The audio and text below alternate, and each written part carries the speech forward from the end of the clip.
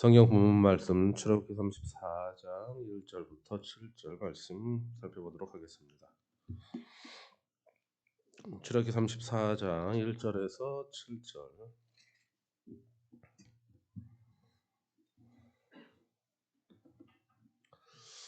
구약 성경 제 성경으로 133페이지 출애굽기 34장 1절부터 7절.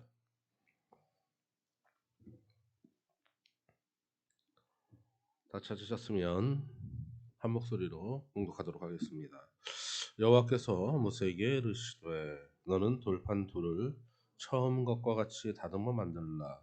내가 깨트린 처음 판에 있던 말을 내가 그 판에 쓰리니 아침까지 준비하고 아침에 시내산에 올라와 산 꼭대기에서 내게 보이되 아무도 너와 함께 오르지 말며 온 산에 아무도 나타나지 못하게 하고 양과 소도 산 앞에서 먹지 못하게 하라.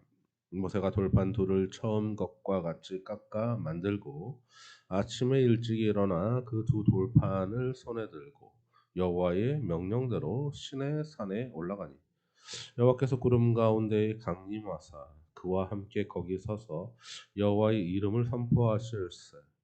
여호와께서 그의 앞으로 지나시며 선포하시되 여호와라 여호와라 자비롭고 은혜롭고 노하기를 더디하고 인자와 진실이 많은 하나님이라. 인자를 천대까지 베풀며 악과 과실과 죄를 용서하리라. 그러나 벌을 면제하지는 아니하시고 아버지의 악행을 자손 3, 4대까지 보응하리라. 아멘. 오늘 우리가 읽은 본문은 사실 이제 출애굽기 19장과 이제 24장 이렇게 그 이후에 이어지는 그리고 주어지는 내용입니다. 출애굽기 19장에서는 이제 하나님께서 이스라엘을 아브라함과 맺은 언약이죠. 이제 아브라함에게 맺은 언약입니다. 그때의 아브라함과 맺은 무조건적인 언약에 따라서 그들을 이제 다스려 오셨습니다. 그리고 이스라엘이 이렇게 시내산에 당도하기 전에 이 마지막에 기록된 일은 뭐냐면 르비딤에서 이제 반석에 물을 치는 것이죠. 그래서 거기에서 물이 이렇게 나와서 그들이 물을 마신 사건이 이제 시내산에 당도하기 전에 마지막에 있었던 사건이 됩니다. 그래서 이에 관해서 시편 기자는 이렇게 얘기하기를 반석을 여신즉 물이 흘러나와 마른 땅에 강같이 흘렀으니 이는 그의 거룩한 말씀과 그의 종 아브라함을 기억하셨음이로다. 이렇게 이야기를 하고 있어요. 그러니까 시내산에서 원망불평하고 물이 없다고 원망불평할 때에 그들에게 반석을 쳐서 물을 주신 것은 그들의 행위가 옳거나 공로가 있는 게 아니라는 얘기죠. 무엇 때문에요? 아브라함을 기억하셨기 때문이다. 이렇게 이야기하고 있다는 것이죠. 즉 아브라함과 하신 그 언약 때문에 하나님께서 그들에게 은혜를 베푸셨음을 이야기하고 있습니다. 그리고 나서 이제 말씀드린 것처럼 시내산에 도착하고 나서는 이제 그 전과는 다른 이제 하나님께서 이스라엘과 맺는 유대 관계에 관해서 이렇게 형성되는 것을 볼 수가 있습니다. 출애굽기 19장 5절에서 보면은 하나님께서 모세에게 이렇게 말씀하시죠. 세계가 다 내게 속하였나니 너희가 내 말을 잘 듣고 내 언약을 지키면 조건부죠. 너희는 모든 민족 중에서 내 소유가 되겠고 이거는 조건부예요. 그죠? 이 조건이 있고 난 다음에 그 결과가 어떻게 된다라는 특징을 가지고 이렇게 이야기를 하고 있습니다. 그리고 이것을 어떻게 해요? 모세에게 말씀하신 다음에 누구에게도 이스라엘 백성에게도 이렇게 명령할 것을 이렇게 말씀하셨습니다. 그래서 이 하나님께서 아브라함과 맺은 언약에 관해서는 이스라엘이 준수해야 하는 어떤 조건이 있었나요, 없었나요? 그런 건 없었어요. 아브라함과 한 언약에서는. 거기엔 조건도 없었고요. 무슨 약정, 요즘 뭐 핸드폰이든 뭐든 약정을 많이 하죠. 예. 그래서 그런 약정도 없었고, 뭔 단서도 없었습니다.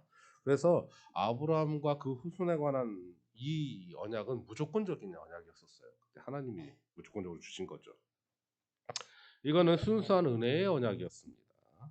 그리고 이 언약의 근거에서 이제 그들을 다스렸고 이제 그 세대가 끝나면 다시 이스라엘을 다스릴 것인데 이 시내산에서 이제 하나님께서는 그에 따른 다스림에 대해서 새로운 언약을 제기를 하십니다. 여기에는 말씀드린 것처럼 두 당사자가 같이 있어요. 바로 누구죠? 하나님과 그리고 이스라엘이라는 두 당사자가 딱 있었습니다. 그리고 이것은 아까 얘기한 것처럼 조건부가 붙었어요. 그래서 조건에 의한 언약이었고, 이런 조건에 첨부된 이제 축복이 있잖아요. 그 축복을 누리려면 먼저 어때요? 이 언약의 내용을 준수해야 되는 것이죠. 반드시 준수해야 할 그러한 언약으로의 특징을 가지고 있습니다. 그래서 이 시내산에 있었던 언약은 두 개의 돌판으로 이루어져 있었고요. 그 위에다가 10계명을 새기셨죠. 그리고 이 언약에 기록된 말들은 어때요? 우리가 출애굽기 19장 18절과 24장 3절에 보면 그 말씀을 듣고 이스라엘이 기꺼이 이렇게 순복한 것을 볼 수가 있습니다. 그리고 나서 또 뭐가 있었죠? 이제 그에 따른 여러 가지 준비된 예식들, 그리고 그러한 내용의 뭐에 의해서? 바로 피에 의해서 이렇게 맺게 되어지는 그런 결과가 나왔죠. 그래서 하나님은 이 언약을 이스라엘 백성 앞에 이렇게 제시하면서 두 가지를 그 앞에다 두시는데요. 그것은 첫 번째로는 하나님의 권위가 유지되는 거예요. 그리고 그 백성이 유익을 이렇게 제시하고 있습니다. 그리고 하나님의 은혜는 항상 우리가 로마서의 말씀처럼 의를 통하여 언제나 왕노릇하세요. 그러니까 하나님의 권위는 무엇에 의해서 형성이 된다? 하나님의 의에 의해서 권위가 형성이 된다는 것을 말하고 있죠. 그래서 아브라함의 후손에 대한 그분의 특별히 우리가 지난번에 살펴보았지만 자비가 먼저 우선이 되는 것을 알 수 있죠.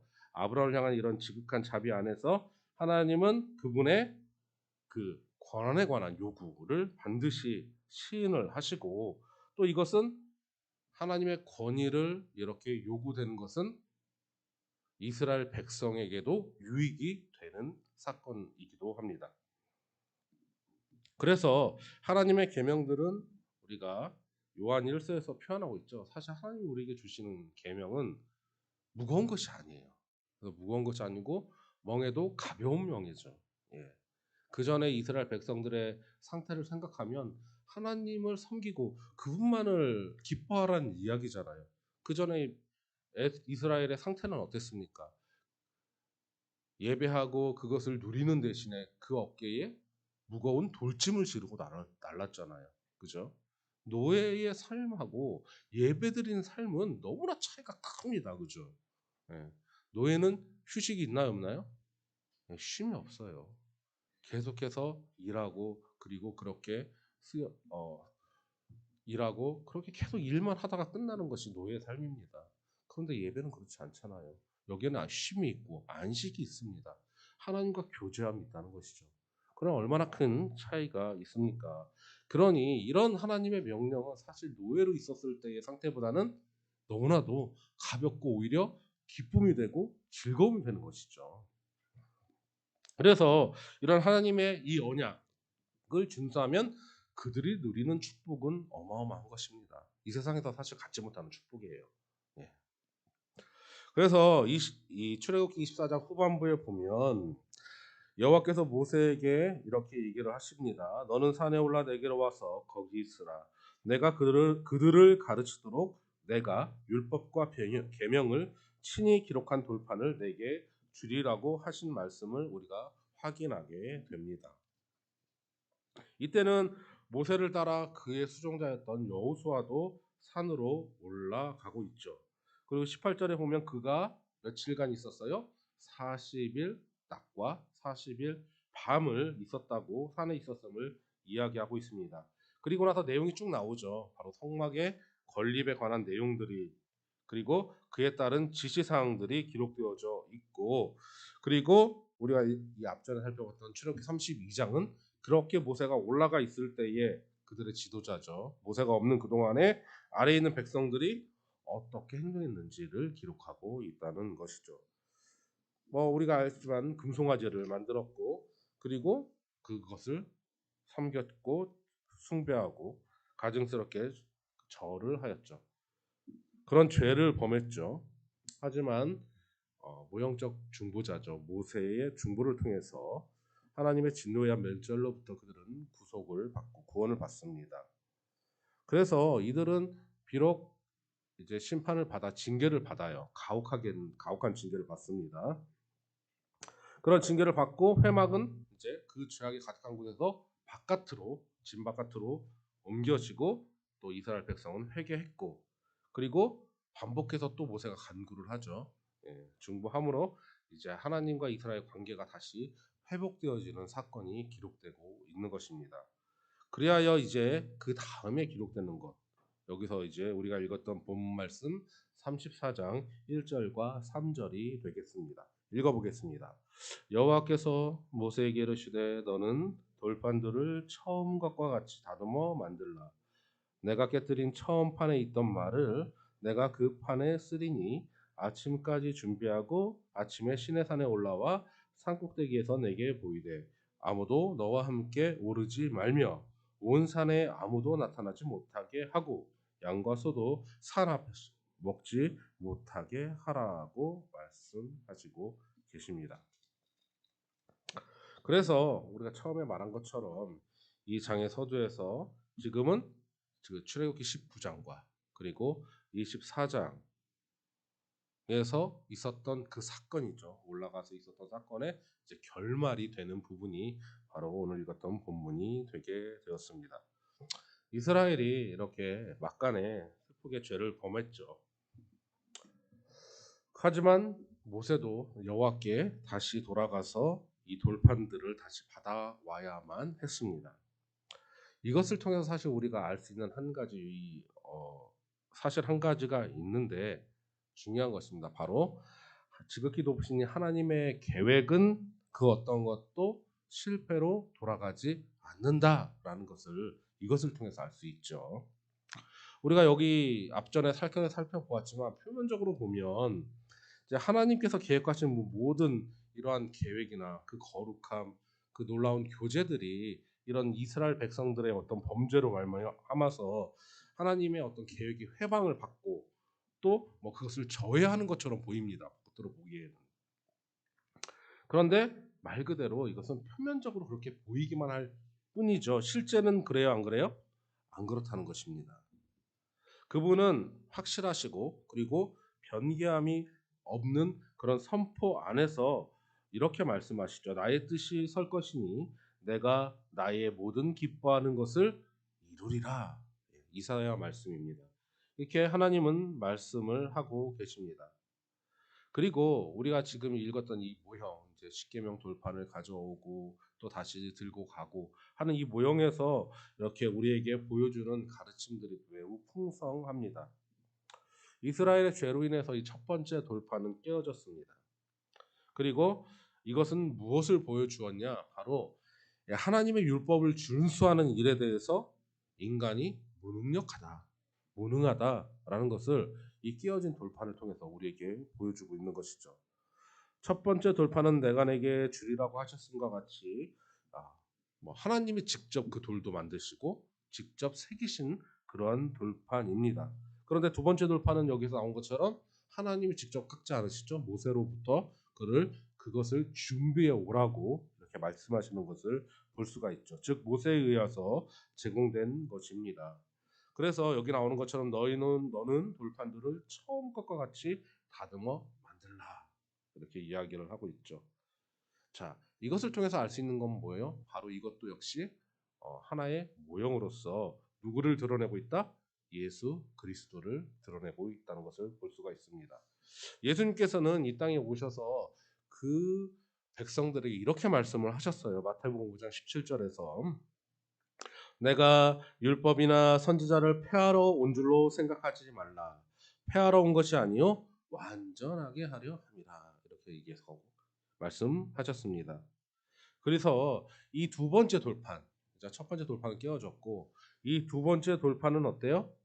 이후에 보면 신명기에서 나오는데 이것은 법궤에 보관되게 됩니다. 그래서 시편에서 노래하는 것처럼 이것 역시 또 우리가 알 수 있는 게 바로 이것이 하나님의 법궤 안에 이것이 보관되었다는 것은 예수님을 드러내고 있다라는 사실을 알 수 있는데, 시편 기자는 노래하기를 나의 하나님이여 내가 주의 뜻 행하기를 즐기오니 주의 법이 나의 심중에 있나이다라고 이렇게 노래하고 있습니다. 그래서 이 초기에 하나님께서 아브라함과 맺고 또 그것에 근거해서 이스라엘을 애굽에서 이끌어내셨고요. 그리고 하나님께로 옮겼죠, 그 백성들을. 그래서 이런 언약은 그리스도와 맺은 영원한 언약이라라고 이렇게 성경, 특별히 우리 신약에서 계속해서 표현하고 있습니다. 디모데후서나 디도서 그리고 히브리서, 뭐 이 모든 내용들을 살펴보면 이 아브라함을 통한 이 언약은 언제부터? 창세전에 하나님께서 주신 언약이다. 누구를 통해서? 예수님을 통해서라는 내용들을 이렇게 신약 성경에서 드러내고 있다는 것이죠. 그러니까 그것에 기초해서 하나님의 백성들을 구하고 그리고 하나님은 축복하셨다라고 신약의 우리 많은 이 기자들은 해석하고 그렇게 깨닫고 전하고 있는 것입니다. 그래서 여기에서 하나님은 그분의 권한 그리고 그분의 권위를 제정을 하셨어요. 그리고 이것이 그 땅에 거하는 백성들에게 유익을 준다는 것도 이야기하고 있습니다. 그래서 이렇게 시내산에서 맺은 이스라엘과 맺은 언약은 지금 어때요? 현재 하나님 그의 백성에 대한 하나님의 통치가 어떤 것인가? 네, 그렇죠. 그 전에는 은혜로 받았지만 시내산은 이제 새롭게 하나님께서 통치를 하시는 이러한 언약을 주시는데, 이것은 무엇을 예표하냐면 먼저 이것을 통해서 나타나는 것은 우리의 책임과 의무가 무엇인가, 이것을 강조하고 있다는 것이에요. 여기서는. 그리고 우리 생에 있어서 하나님으로부터 축복을 받을 수 있게 하는 방법이 무엇인가 하는 것, 이것을 통해서 확인할 수 있게 됩니다. 그리고 하나님께서 우리를 다스리실 때 그분이 의지하는 근거가 되는 원칙들이 무엇인가, 지금 현재 와서 우리에게 또 그 당시 시내산의 이후로 하나님께서 그들을 다스리는 통치의 원리들이 이렇게 나타나고 있다는 것입니다. 그래서 이것을 좀 더 자세히 살펴보고자 하는 것이죠. 모세가 이렇게 여호와께로부터 새겨진 돌판들을 받기 위해서 두 번 산으로 오는 이 막간에 이스라엘이 가증한 죄를 범했지만 이것은 우리가 죄가 많은 곳에 은혜가 더욱 풍성하였다는 것을 증거하는 예시가 되고 됩니다. 그래서 시편에서는 이에 대해서 76장 10절에 노래하기를 진실로 사람의 노여움은 주를 찬송하게 될 것이요 라고 이야기를 예증하고 있습니다. 말씀드린 것처럼 이런 이스라엘 범죄는 하나님이 계획하신 의도를 철폐하거나 이런 실패시키고 그리고 뒤집는 것과는 거리가 멀었죠. 이스라엘 백성의 실패는 오히려 하나님께서 그렇게 실패한 백성들을 위해서 마련하신 예비하심이 무엇인가를 드러내는 기회를 제공했습니다. 그리고 뿐만 아니라 이 모세의 중보를 통해서 끊임없는 사랑에 예수 그리스도가 우리를 위해서 이렇게 끊임없이 중보한다는 것을 보여주고 그 중보가 하나님 앞에 상달된다라는 것을 이것을 통해서 또 우리에게 보여주고 있는 것입니다. 그래서 우리가 33장 19절에서 보다시피 이러한 내용들을 통해서 하나님이 그 모세 앞에 지나가시죠. 지나가시는 약속을 해주시고 하나님께서 우리와 함께하는 증거를 보여달라고 했을 때 하나님이 모세에게 이렇게 얘기를 해주시는 것입니다. 바로 선하심의 모형이 이렇게 지나는 것이고, 거기에서 통하는 것처럼 19절에 보면 33장 19절에 보면 우리가 나오는 것처럼 여호와께서 이르시되 내가 내 모든 선한 것을 내 앞으로 지나가게 하고, 이것은 하나님의 응답이에요. 모세 하나님 저희에게 하나님의 가까이 하시고 함께 하시고 하나님의 영광이 확실하다는 것, 그것을 저에게 보여주십시오 얘기하니까 하나님께서 대답하시는 것이죠. 응답해 주시고, 그래서 너의 앞에 선한 것으로 네 앞에 지나가게 하고 무엇을 선포한다? 여호와의 이름을 네 앞에서 선포할 것이다라고 약속을 해주시고, 이 약속은 매우 은혜로운 사건이라고 하셨죠. 바로 이런 예시된 그리스도의 중보가 어때요? 하나님 앞에 그냥 흩어져 없어지는 것이 아니라 상달된다라는 것을 이것을 통해서 우리에게 보여준다는 것을 말씀을 드리고 있습니다.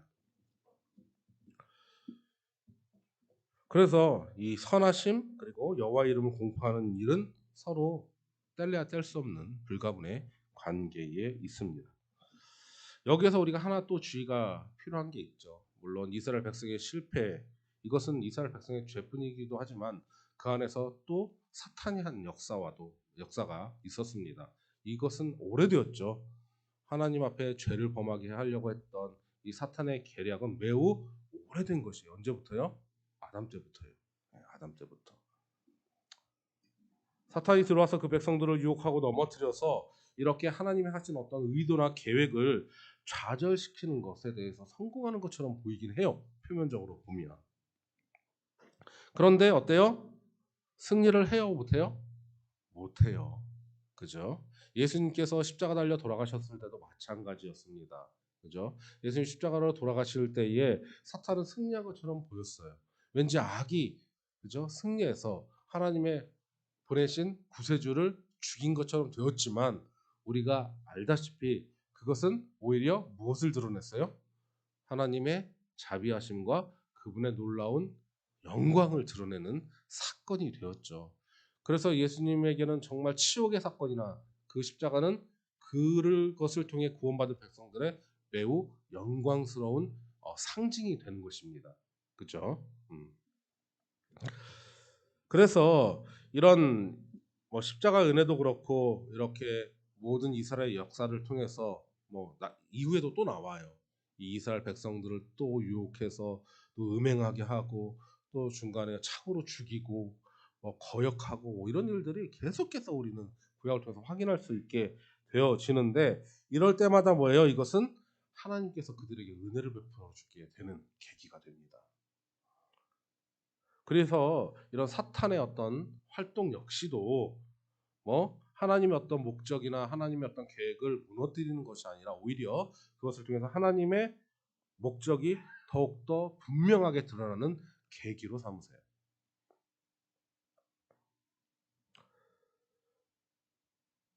이스라엘 백성이 그들을 유혹해서 이스라엘 백성들을 유혹해서 사탄이 유혹해서 하나님으로부터 진노를 사게 하고 마귀를 갖게 하고 원한을 사게 했지만, 그러한 백성들로 하여금 이제 어때요? 하나님은 다시 돌이켜서 그들의 그 은혜와 그 자비로 말미암아 그렇게 하나님께 거역하던 그 무리가 다시 하나님께 찬양하는 계기가 되게 된다는 것이죠. 결국 사탄의 계획은 실패하고 말 것이며 오직 하나님의 계획과 하나님의 목적만 성취될 것을 우리가 여기서 확실하게 확인할 수 있게 되는 것입니다. 출애굽기 34장 4절 읽어보도록 하겠습니다. 모세가 돌판 둘을 처음과 같이 깎아 만들고 아침에 일찍 일어나 그 두 돌판을 손에 들고 여호와의 명령대로 시내산에 올라가니. 자, 여기에서 우리가 한 가지 떠올릴 수 있는 한 가지 그 내용이 하나가 있는데, 이 여기에 나오는 무형적 가르침 중에는 어떤 것에 관련된 것이냐면 하나님의 구속을 받은 백성이 여전히 율법 아래에 있다라는 내용에 관한 그런 것에 대해서 이제 관련된 내용들을 이렇게 이야기를 하고 있는데요. 우리가 앞서 살펴보았지만 이 33장에서는 무엇을 이 모세의 간구를 통해서 무엇을 예시하고 있죠? 바로 예수 그리스도의 간구, 중보를 이렇게 보여주고 있죠. 즉 우리의 큰 대제사장의 간구를 이 모세를 통해서 예시하고 있고, 그리고 그 다음에 기록된 게 바로 이 두 번째 돌판이 기록된 34장의 내용이에요. 그러니까 먼저 뭐가 있었다고요? 33장 기록에 하나님의 그리고 모세가 예시하는 그리스도 중보자의 간구가 먼저 있고, 그 다음에 뭐가 나온다? 바로 이 율법에 관련된 두 번째 돌판에 관한 내용이 나온다는 것인데, 이것은 무엇이냐면 아까 말씀드린 것처럼 하나님의 구속을 받은 백성이 여전히 율법 아래에 있다. 이런 내용은 하나님의 구속받은 백성이 어때요? 핵심이 무엇이냐? 율법, 특별히 이 율법은 구원의 조건이 되는 게 아니라는 거예요. 그 순서만 기록을 통해서 먼저 구원에 대해서 먼저 우선이 되는 건 뭐라고요? 은혜. 그죠? 은혜가 먼저 있었어요. 그리고 구원을 이미 받았습니다. 그죠? 그럼에도 불구하고 율법 아래에 있다는 이 말은 무엇이냐? 이것은 어디에 관련된 거냐? 구원의 조건이 아니라 이제 하나님의 그렇게 은혜로 하나님의 백성된 자들의 행함에 대해서 관련된 법칙이라는 거예요. 예. 이것이 매우 중요한 겁니다. 이것은 조금만 혼동하면 왠지 이런 율법을 지키는 것이 구원의 조건이 되는 것처럼 말하는 경우가 있습니다. 절대 그렇지 않습니다. 성경에서 나오는 것은 기록된 순서도 그렇지만 무엇이 먼저예요? 율법을 언급할 때는 먼저 은혜가 먼저예요. 예. 구원을 받고 은혜를 받은 백성의 행동 지침이 뭐를 통해서 드러나요? 율법을 통해서 나타나는 것입니다. 아시겠죠? 헷갈리시면 안 됩니다. 그래서 이런 내용, 이런 원형에 관한 내용을 제시하는 성경 구절이 정말 많아요. 은혜가 먼저고 그 다음에 그 행위에 관한 이런 내용이 얼마나 많이 나오냐면 요한복음 14장 15절에 보니까 너희가 나를 사랑하면 나의 계명을 지키라. 꼭 이렇게 나와요. 먼저가 뭐가 먼저 나왔죠? 사랑하며 관계의 회복이 먼저 나타나는 거예요. 그것이 나타나고 다음에 뭐예요? 그런 사람의 열매로서 나타나는 게 뭐다? 계명을 지키는 거다. 이렇게 얘기하고 있어요. 또 나를 사랑하고 내 계명을 지키는 자에게는 천대까지 은혜를 베푸느니라. 출애굽기 20장 6절 말씀인데 이 말씀과 그리고 금방 말씀드렸던 너희가 나를 사랑하면 나의 계명을 지키리라 했던 요한복음 말씀과는 서로 병행하는 구절이 됩니다. 뿐만 아니라 로마서 3장 13장 10절에 보면 사랑은 이웃에게 악을 행하지 아니하나니 그러므로 사랑은 율법의 완성이라 이렇게 나오고 있습니다. 기록하고 있습니다. 즉 이 말은 뭐예요? 율법은 폐기되었다 안 되었다? 폐기되지는 않았다. 그렇다고 해서 사랑이 무조건 무법이냐? 아니라는 얘기예요. 사랑은 법을 지키는 거예요. 그 사랑하는 열매가 뭐라고요? 하나님의 계명을 지키는 것으로 나타난다고요.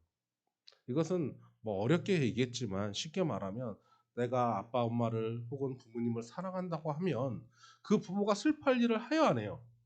안 하게 되는 것과 같은 원리예요. 예. 너무나 쉽죠. 예. 엄마가 부모님이 혹은 뭐 어른이 혹은 부모님이 가장 쉬운 것 같은데 부모님의 마음을 아프게 하는 건 불효잖아요. 근데 그분을 사랑한다면 그렇게 할 수 있나요, 없나요? 없는 거예요. 예.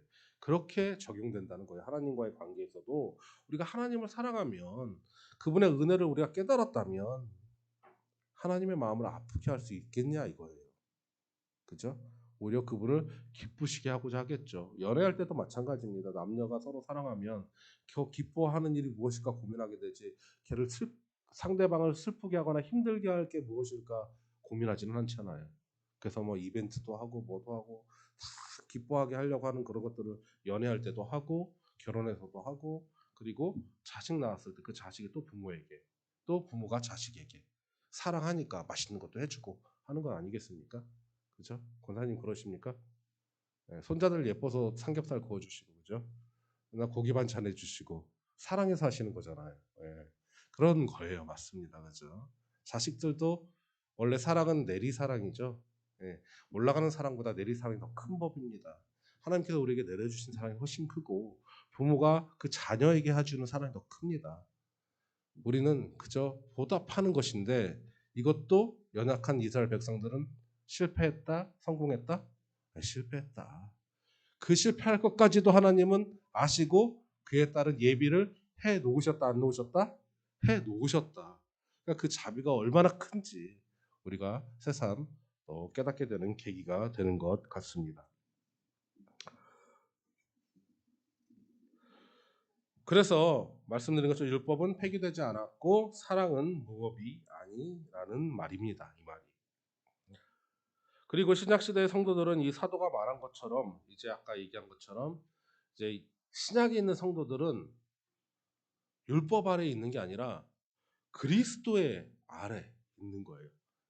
이 하나님께 주신 원래의 율법이 아니라 그리스도의 율법 아래에 있는 자들이다라고 고린도전서 9장에서 이야기하고 있습니다. 그런데 로마서 6장 14절에 보면 너희가 법 아래에 있지 않냐고 은혜 아래에 있습니다라고 했는데 이 말이 우리가 금방 얘기한 것처럼 은혜 아래에 있고 법 아래에 없다. 이 말과 서로 상충되는 것이 아니에요. 예, 예. 어떤 사람들은 이것을 가지고 하나님은 분명히 은혜가 먼저이고 그리고 법을 지키는 것이다. 뭐 아까 얘기한 것처럼 하나님의 구속을 받은 백성 여전히 율법 아래에 있다. 이것을 오해하여 곡해해서 이렇게 근거를 제시하는 경우가 있는데 그렇다고 하나님 말씀이 이것 서로 맞지 않고 서로 상충되느냐 아니라는 것이죠. 로마서에 나오는 너희가 법 아래에 있지 아니하고 은혜 아래에 있음이라라고 한 말은 우리의 칭의라고에 관해서 한 말씀입니다. 칭의는 여러분에게 한번 설명드린 적이 있죠. 법정에서 어떤 사람이 그에 대한 대가를 치렀기 때문에 예, 선고적으로 너는 무죄다라고 하는 거지만 죄 지은 건 맞아야 하네요. 맞죠. 그러나 그 대가를 누가 치렀어요? 다른 사람이 치러서 넌 무죄다라고 하는 것이 선포되는 것을 칭의라고 말씀했죠. 그것이 우리는 죄를 지은 건 여전히 맞지만 그의 대가는 우리가 치루었다 안 치루었다? 안 치루었다. 예수님이 대신 치르셨기 때문에 그것을 통해서 그것을 근거로 우리가 의롭다, 죄 없다라고 선포함을 법정에서 쾅쾅 선고받은 것이라고 말씀을 드렸습니다. 그래서 로마서에 나오는 말씀은 이와 같은 법정에 관련된 칭의에 관련된 내용이기에 우리가 얘기했던 은혜를 받고 그리고 그 은혜 받은 사람들이 이 백성이 또 지켜야 할 그 사랑의 법도로서 또 열매로서 이런 하나님 하신 말씀을 지키는 것은 당연한 것이다. 서로 다른 것이 아니다라는 것을 말씀드립니다. 34장 5절입니다. 읽어보도록 하겠습니다. 출애굽기 34장 5절 시작. 여호와께서 구름 가운데에 강림하사 그와 함께 거기 서서 여호와의 이름을 선포하실세. 여기서 매우 중요한 주제를 하나 이렇게 소개를 하고 있습니다. 바로 이름에 관한 거예요. 이름에 관한 거. 이것은 매우 중요해요. 사실 성경 안에서 하나님의 이름에 관한 것은 매우 중요한 사건이어서 이것이 어디에도 기록되어 있어요? 십계명의 세 번째 계명에도 기록되어져 있어요. 그죠? 그래서 하나님은 그 자신, 그 당신의 이름에 대해서 매우 열성을 가지고 계셔요. 그래서 뭐라고 얘기하죠? 여호와의 이름을 망령되이 일컫는 자를 죄 없다 하지 아니하리라고 십계명 세 번째 법에서 이야기를 하고 있죠. 뿐만 아닙니다. 예수님께서 그의 제자들에게 이제 기도에 관해서 가르쳐 주신 것, 우리가 뭐라고 하죠? 주님의 가르쳐 주신 기도, 바로 주기도문이죠. 거기에서도 가장 처음 내용이 뭐예요? 그러므로 너희는 이렇게 기도하라. 하늘에 계신 우리 아버지여, 이름이 거룩히 여김을 받으시오며. 이게 가장 처음에 나오는 내용이에요. 마태복음 6장 8절이죠. 말라기에서도 3장 16절에 보면 하나님께서는 책이 많다고 말씀을 드렸죠. 여러 가지 책이 하나님은 가지고 계세요. 기념책도 있고 생명책도 있고 여러 가지 책들을 가지고 계시는데 그러한 책들을 그 하나님께서 그의 기념책을 여호와를 경외하는 자와 그의 이름을 존중히 여기는 자를 위하여 기록하였다라고 언급하고 있습니다. 그리고 마지막 장이죠. 계시록입니다. 성경의 마지막 장에도 그의 이름이 그들의 이마에 있을 것이다. 그들의 죄를 사하시고 그들은 누구예요? 구원받은 백성들이에요. 구원받은 백성들에게 그 구원하신 하나님의 어린 양의 이름이 그들의 이마에 있을 것이다라고 기록하고 있습니다. 그리고 이 구절은 우리가 앞서 살펴본 33장 19절이죠. 바로 내가 내 모든 선한 것을 내 앞으로 지나가게 하고 여호와의 이름을 내 앞에 하여 선포하리라. 이건 모세가 간구했을 때 그에 대한 응답으로 하나님이 하신 말씀이었는데 지금 34장에서 이게 성취가 된 거예요. 그죠? 바로 성취가 됐죠. 그래서 여기서 하나님께서 그의 이름을 선포하신다라는 이것은 하나님께서 자신을 보여준다는 뜻이거든요. 나타내신다라는 것인데 그분을 보여주시고 나타내시고 또 그분이 누구인지를 알게 하시는 것을 여기서 말하고 있습니다. 그러니까 선포하신다 그러면 뭐예요? 하나님이 자신을 나타내시고 내가 누구다라고 우리에게 알려주신다는 것이죠. 이는 뭐 신약의 이렇게 예를 들어보자면 수태고지 아시죠? 네. 마리아가 이제 마리아에게 하나님의 천사가 내려와서 이제 예수님을 잉태할 것이라고 이야기를 하고 이 얘기를 들었는데 처녀가 잉태를 했으니 요셉의 마음이 많이 괴로웠겠죠. 그때 또 그 요셉에게 했던 이야기가 있습니다. 그때 요셉에게 천사가 이르기를 뭐라고 하냐면 이름을 뭐라고 해라? 예수라 하라. 이는 그가 자기 백성을 그들의 죄에서 구원할 자이심이라. 이렇게 기록하고 있어요. 여기서도 또 뭐가 나오죠? 예수님의 이름이 나오는데 그 이름의 내용이 어떠한 거예요? 이름은 그분이 어떠하신 분이 될 것이다 라는 것을 여기서 보여주고 있죠. 예수는 그가 그의 백성을 구원할 자이다라는 뜻을 가지고 있는 거예요. 네. 그러니까 그분이 어떤 분이시라는 것을 이름을 통해서 알 수 있어요, 없어요? 알 수 있게 되는 것이죠. 그래서 성경에 나오는 하나님의 이름은 매우 중요하다, 중요하지 않다? 중요하다. 왜? 하나님은 보이지 않고 영이신데 그 이름을 통해서 우리에게 그분이 어떤 분이신가를 우리에게 보여주시고 나타내시기 때문이에요. 그래서 이름이 매우 중요합니다. 그리고 예수님이 제자들에게 세례를 줄 때에는 이렇게 명령하셨죠. 아버지와 아들과 성령의 이름으로 세례를 주라. 이제 승천하시고 올라가실 때에 이렇게 제자들에게 명령하셨는데 이렇게 한 이유가 뭐예요? 지금은 이제 누가 계시가 된 거예요?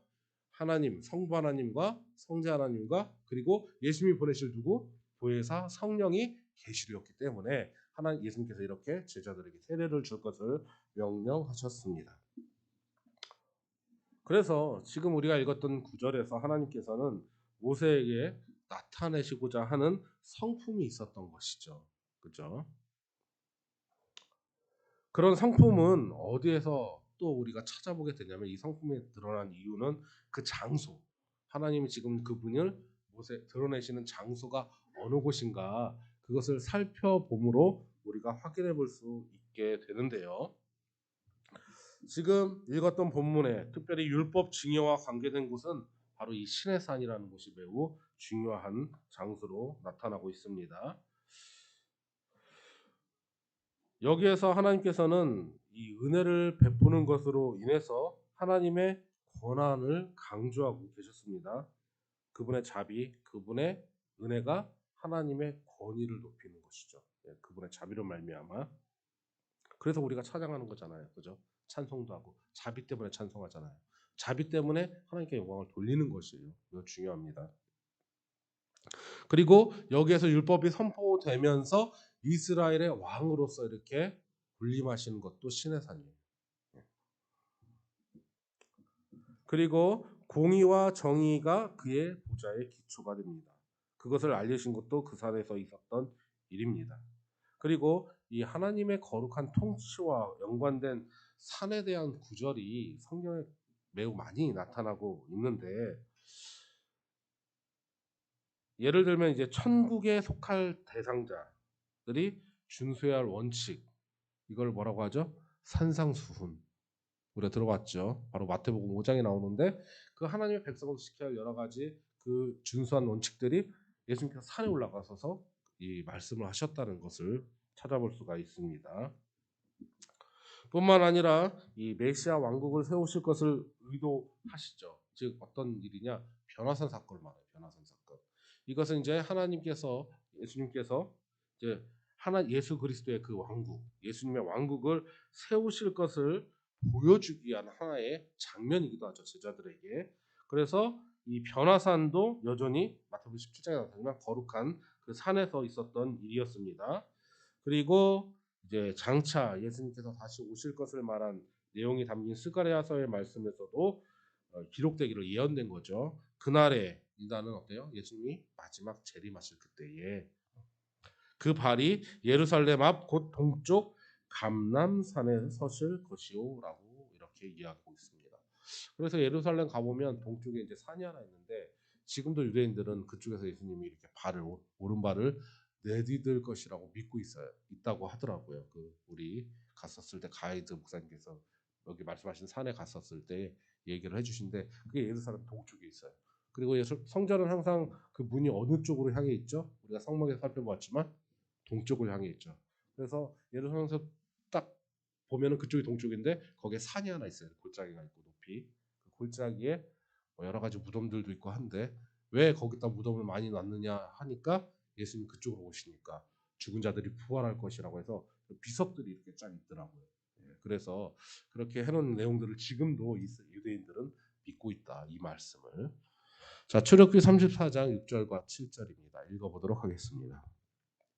여호와께서 그의 앞으로 지나시며 선포하시되 여호와라 여호와라 자비롭고 은혜롭고 노하기를 더디하고 인자와 진실이 많은 하나님이라 인자를 천대까지 베풀며 악과 과실과 죄를 용서하리라.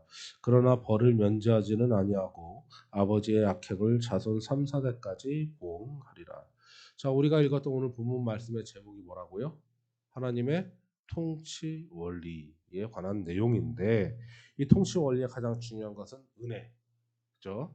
먼저 은혜로 구원을 받고 그리고 여기 신에서 제시된 그 내용의 법의 율법에 관한 내용들은 그렇게 먼저 구원받은 백성들이 지켜야 할 삶의 열매다.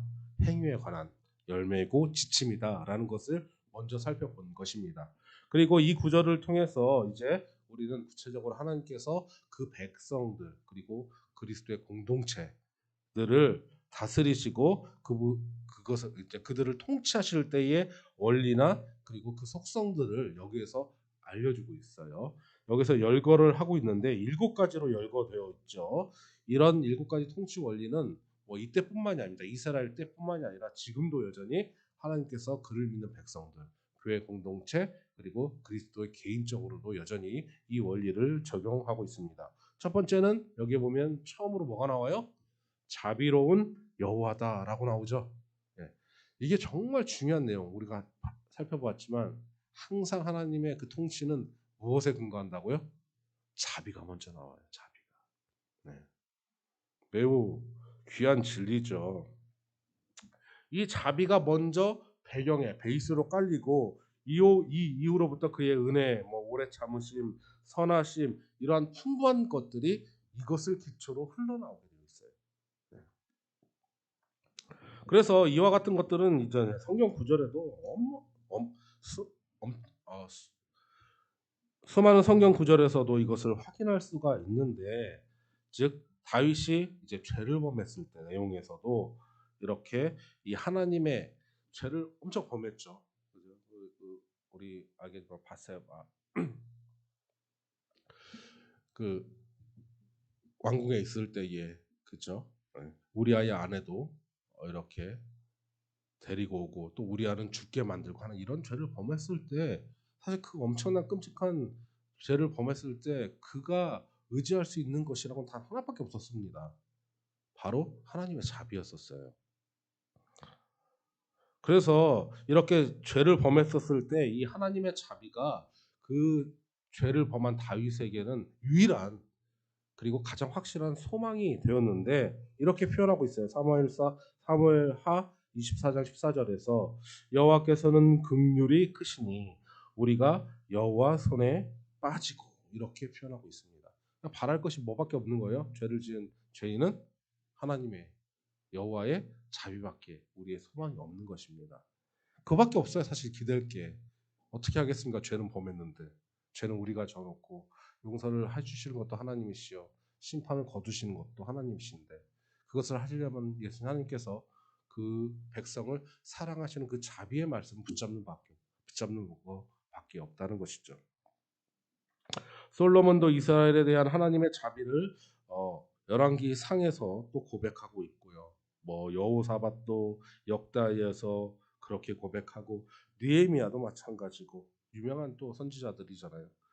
이스라엘의 하나님에 대한 이런 그렇게 지속되는 자비들을 고백하고 있다는 것입니다. 예레미야에게도 하나님께서 말씀하셨는데요. 너는 가서 북을 향하여 이제 지금 북쪽에 하나님께 죄를 벌하고 우상 숭배하고 있으니까 예레미야를 보내시면서 이렇게 말씀하시죠. 너는 가서 북을 향하여 이 말을 선포하여 이르라. 여호와께서 이르시되 배역한 이스라엘아 돌아오라. 나의 노한 얼굴을 너희에게로 향하지 아니하리라. 나는 긍휼이 있는 자라. 노를 한없이 품지 아니하느니라. 여호와의 말씀이니라. 이렇게 예레미야를 통해서 말씀을 하세요. 뭐 이것은 수도 없죠. 호세아를 통해서도 이것을 확인할 수가 있습니다. 사실은. 그러니까 성경 뭐 처음부터 마지막 장까지 무엇이 엄청 가득한 거예요? 하나님의 은혜와 자비로 가득 차 있어요. 사실은. 네. 구약도 그렇고 신약도 그렇고 신약은 더 확실하게 드러난 것이죠. 하나님은 말씀하십니다. 내가 잠시 너를 버렸으나 그 큰 긍휼로 너를 모을 것이요. 이사야의 내용이고요. 내가 유다 족속을 견고하게 하며 요셉 족속을 구원할지라. 내가 그들을 긍휼히 여김으로 그들이 돌아오게 하리니 그들은 내가 내버린 일이 없었음 같이 되리라. 그건 스가랴에 나오는 말씀입니다. 즉 우리도 이스라엘의 어떤 미끄러짐으로 인해서 이방인인 우리가 복을 받았으나 그렇다고 해서 이스라엘을 예루살렘을 하나님이 포기하실까요? 유대인을 포기하지 않으세요. 다시 회복하시게 될 것입니다. 그렇게 약속하고 계세요. 두 번째는 은혜롭고라고 표현하고 있습니다. 이것은 하나님께서 그의 자비를 베푸는 근거가 됩니다. 이는 인간 안에 있는 것이나 혹은 인간으로부터 나온 어떤 것에 의해서 이렇게 베푸는 것이 아니라는 것입니다. 오로지 하나님 자비에 의한 것이고 그리고 하나님의 모든 자비는 따라해봅시다. 선물이다. 네, 선물입니다. 그리고 인간들에게 거저 주시는 은총 얘는 대가를 치러요 안 치러요? 안 치러요. 거저 주시는 것 자체가 그냥 주시는 거죠. 이러한 내용들 뭐 구약 성경, 신약 성경 이 모든 곳에 수많은 사람들이 이렇게 하나님의 은혜에 호소하고 있는 것들 이러한 사실들이 기록되어져 있습니다. 세 번째 노하기를 더디하시고 우리가 이스라엘 전 역사 특별히 이렇게 출애굽부터 시작해서 신명기 구약에 있는 역사들을 이렇게 쭉 살펴보면 이 이후에도 마찬가지입니다. 신명기 꼭 모세 오경이 아니라 왕들이 있었던 왕정 시대도 마찬가지지만 이런 이스라엘 역사를 통해서 그 전 역사를 통해서 정말 뚜렷하게 발견되는 가장 중요한 한 가지가 무엇이냐?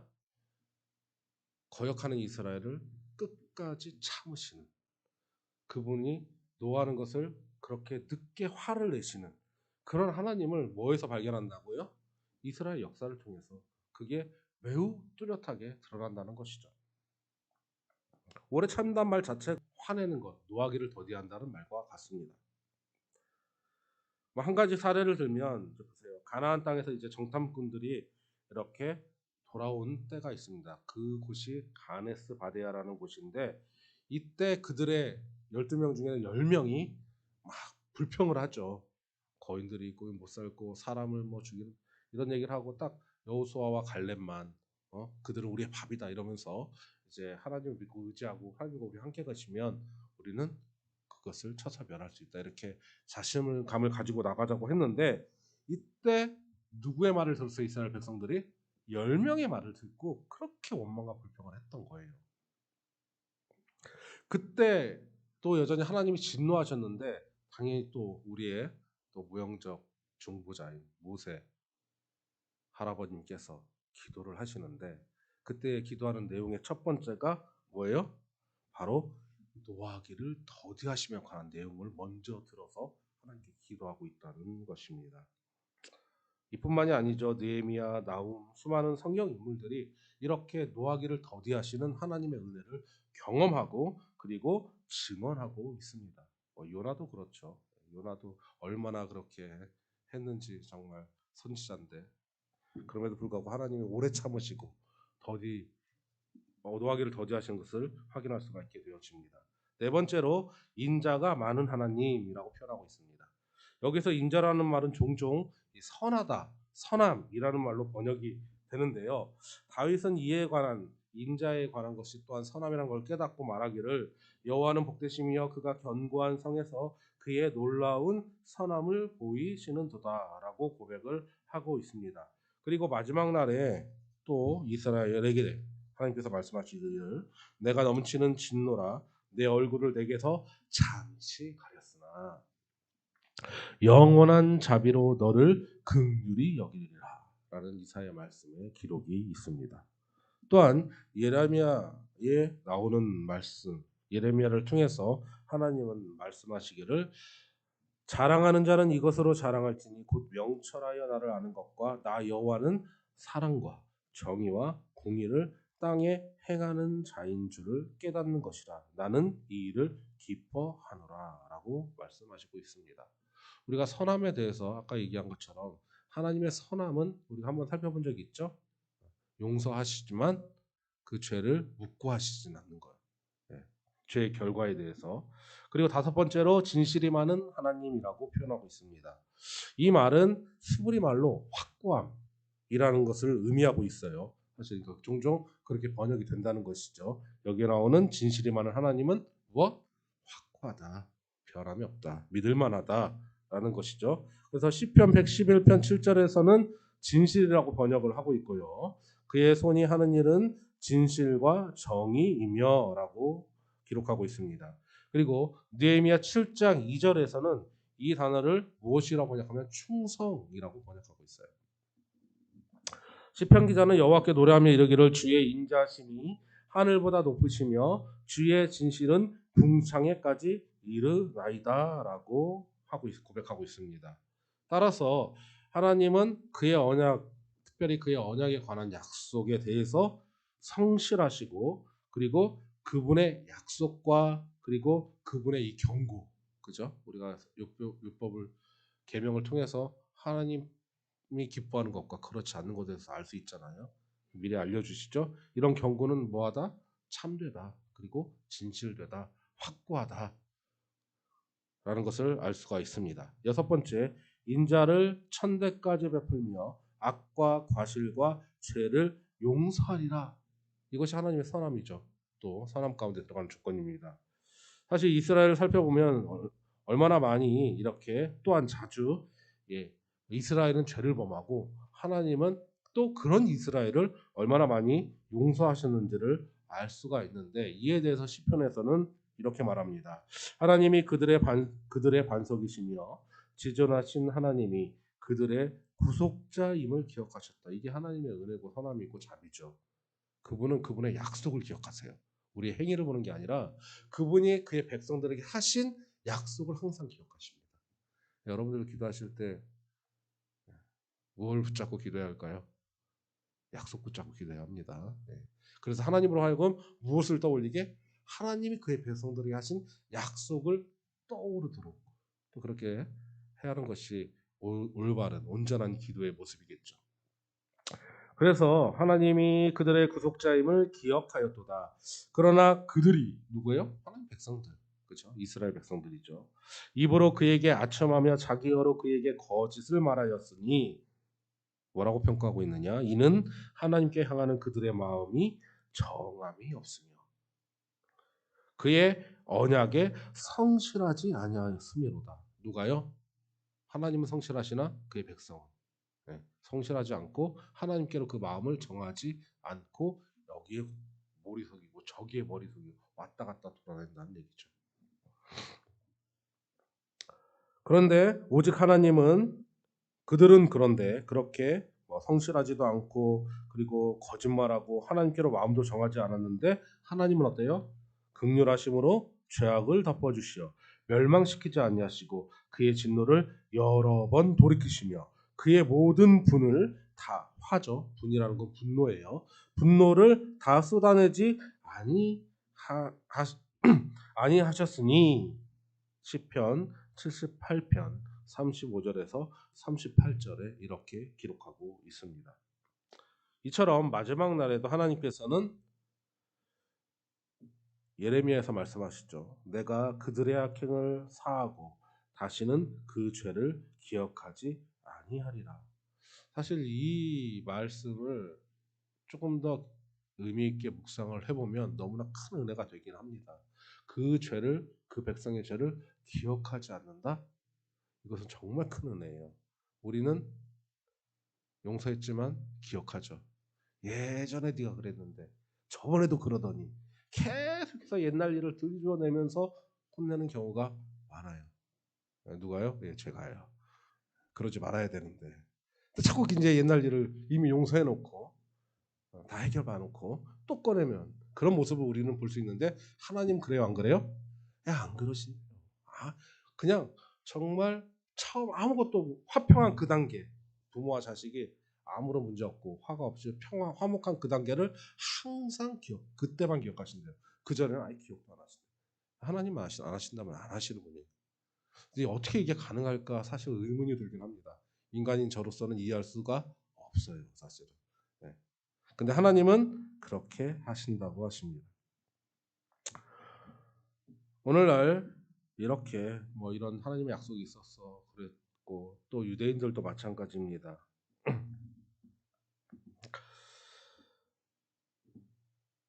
자 마지막이죠. 일곱째는 벌을 면제하지 아니하고 아버지의 악행을 자손 3, 4대까지 보응하리라 말씀입니다. 이 하나님의 통치 원리의 7가지 중에 이렇게 기록되고 우리에게 알려주고 있다는 것인데 하나님께서 이렇게 자주 용서해 주십니다. 사실은 정말 많이 용서해 주셨어요.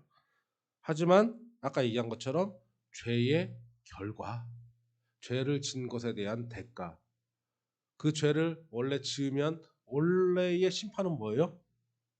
진멸이라고 했죠. 네, 죽음인데 하나님 그거를 실행하셔요? 아니면 실행하지 않으셔요? 안 하셔요. 무엇 때문에요? 우리를 중보하여 간구하시는 예수 그리스도의 은혜에 근거하여 그것을 실행하지 않고 돌이키십니다. 그래서 우리가 살아있는 거예요 아직. 네. 안 그랬으면 언제부터 우리는 아예 살아있었지 못했을 것입니다. 그대로 실행했으면 언제부터?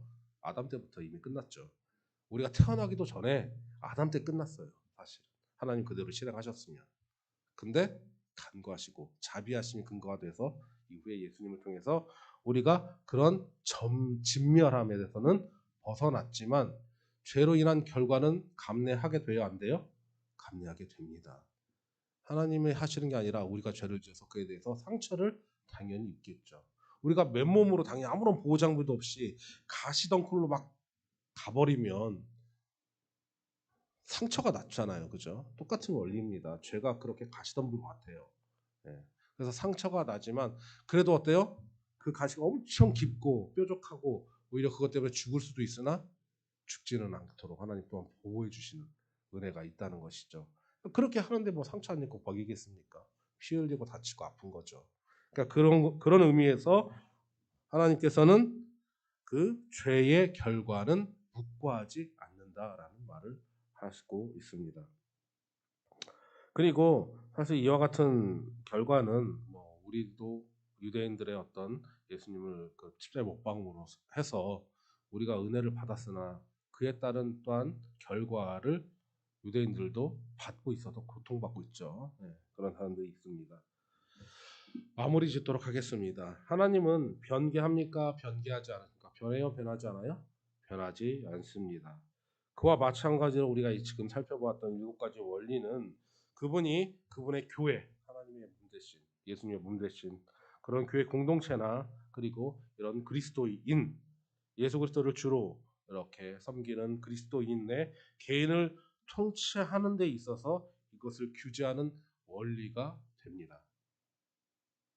하나님은 그의 이름을 고백하는 자들에게 넘치는 은혜와 자비로우심으로 그분의 노하심을 더디 하십니다.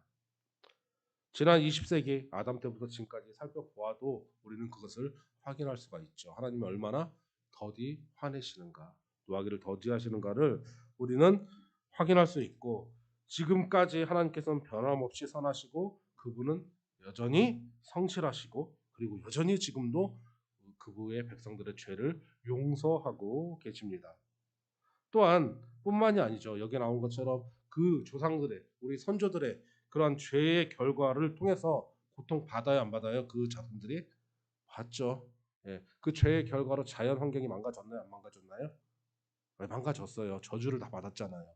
그 결과를 우리가 지금 당하고 있어야 안 당하고 있어요? 당하고 있어요. 여전히 그의 결과를 받고 있습니다. 그래서 그러한 것을 통해서 그 자손들에게 징계를 해 오셨습니다. 먼저 간 선조들의 이런 타협, 불성실, 그리고 이단, 교만, 그리고 그들의 사악함을 인하여 우리는 여전히 그에 대한 결과로 고통을 당하고 있습니다. 그러나 오늘 읽었던 우리가 살펴보는 말씀을 통해서 이 하나님의 여전히 지속되는 자비와 그 은혜의 말씀을 따라서 지금 살아가는 우리 시대의 우리 그리스도인들과 그리고 하나님의 백성들 그리고 저와 이 함께하는 게 성도님 모두가 위로를 받으시고 그리고 새 힘을 얻으시고 그리고 용기를 내셔서 그 축복을 그리고 그 열매를 맺음으로 하나님께 영광이 되고 그리고 하나님을 증거하는 귀한 주의 백성들 지자들 다 되시기를 소망합니다. 기도하겠습니다.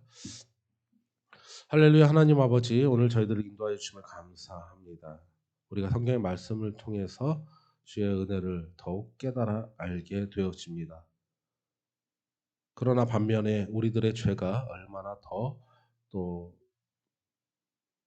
끈질긴지도 깨닫게 되었습니다. 그러나 우리를 위해서 여전히 긍휼하심과 자비하신 오른손을 펼치심을 감사합니다. 하나님의 은혜를 증거하고 감사하며 하나님께 영광 돌리는 주의 귀한 백성들 다 될 수 있도록 인도하여 주시옵소서. 예수님의 이름으로 기도합니다. 주 예수 그리스도의 은혜와 하나님의 사랑과 성령의 교통하심이 너희 무리와 함께 있을지어다. 아멘.